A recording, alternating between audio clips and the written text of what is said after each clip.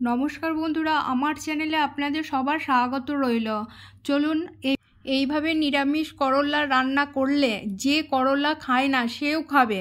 তো চলুন এইভাবে আমি কিভাবে বানিয়ে নিচ্ছি, আমার সাথে থাকুন, দেখতে থাকুন। এক টুকরো বরফ নিয়ে নিয়েছি, 1 চামচ লবণ নিয়ে নিলাম। করলা ভালোভাবে ধুয়ে পরিষ্কার করে আগে কেটে নিয়েছিলাম। এবার এই করলার সাথে একটু সামান্য পরিমাণে চিনি নিয়ে নিলাম। এবার চিনি, লবণ আর করলা একসাথে মাখিয়ে নেব।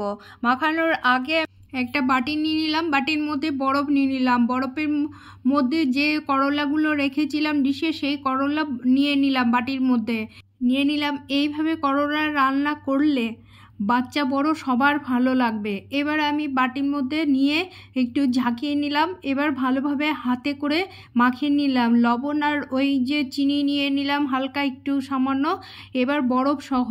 এর মধ্যে আমি পরিমাপ করে 1 কাপ, বড় কাপের 1 কাপ জল নিয়ে নেব।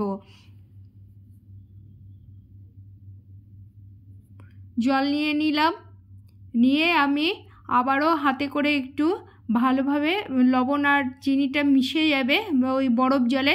এবার ঢাকা চাপা দেব, 10 থেকে 15 মিনিট ঢাকা চাপা দেব। এই বরফের মধ্যে ঢাকা চাপা দিয়ে 10 রাখবো। আবারও ফিরে এলাম, ঢাকা চাপা তুলে নিলাম। কালারটা কত সুন্দর দেখতে পাচ্ছেন, একবারে পুরো সবুজের যে কালারটা সেটা একটু হালকা বেরিয়ে গেছে। এই যে কালারটা মনে হচ্ছে, দেখতেই পাচ্ছেন। তো এবার আমি ভালোভাবে হাতে করে তুলে নেব, ছেঁকে জল থেকে তুলে নেব।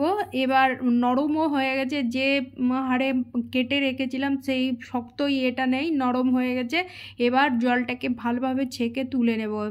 ওই করলার মধ্যে জল থাকলে হবে না, ভালোভাবে ছেঁকে তুলে নেব। পুরো জল থেকে তুলে নিলাম, তুলে নিয়ে ডিশের মধ্যে আমি মেলিয়ে দিলাম। পুরো জলটা শুকনো শুকনো হয়ে গেছে।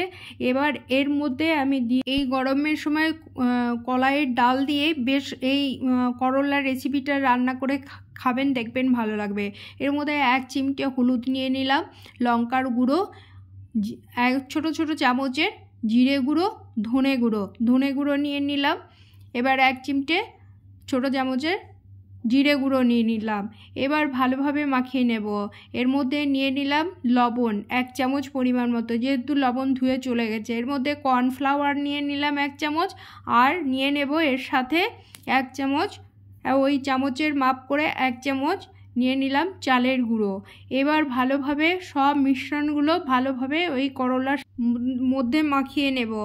এবার যারা করলা খেতে ভালোবাসেন না তারা এইভাবে বানিয়ে নেবেন, দেখবেন ভালো লাগবে। গরম গরম ভাতের সাথে আর কলাইয়ের ডাল, পাটের শাক এইসব দিয়ে এই রেসিপিটা ভালো লাগবে। তো গরমের সময় অনেকের তেতো পছন্দ হয়, অনেকের পছন্দ হয় না। তো এই যে থালের মধ্যে রেখেছি এইভাবে মিলিয়ে, এবার আমি একটা প্যান বসিয়ে নিলাম, ফ্রাই প্যান। এর মধ্যে গরম হয়েছে, এবার সাদা তেল দিয়ে নিলাম। সাদা তেলেই ভাজাটা খুব ভালো। তো সাদা তেল নিয়ে নিলাম পরিমাণ মতো। এবার ওই তেলের মধ্যে দিয়ে নিলাম, তেলটা গরম হয়ে গেছে, তেলের মধ্যে দিয়ে নিলাম। এবার নাড়াচাড়া করব 2 থেকে 3 মিনিট হালকা ফ্লেমে ভাজাটা বেশ ভালো হয়, মুচমুচেও হবে এবং খেতেও টেস্টি হবে। এই যে সুন্দর কালারটাও চলে এসছে। এবার নাড়াচাড়া করে এইভাবে 2 থেকে 3 মিনিট নাড়াচাড়া করে উল্টে পাল্টে ভেজে নেব। এবার তুলে নেব, ভাজা হয়ে গেছে হালকা হালকা। এই যে সুন্দর এইভাবে ভাজাটা আপনাদের কার কার ভালো লাগলো আপনারা কমেন্ট বক্সে জানাবেন, লাইক করবেন, শেয়ার করবেন। এবার ভাজাগুলো পুরো তুলে নিলাম। এই যে আমি 2 বারে ভেজে নিলাম।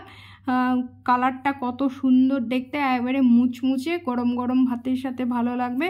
তো এখানেই রাখলাম, ধন্যবাদ।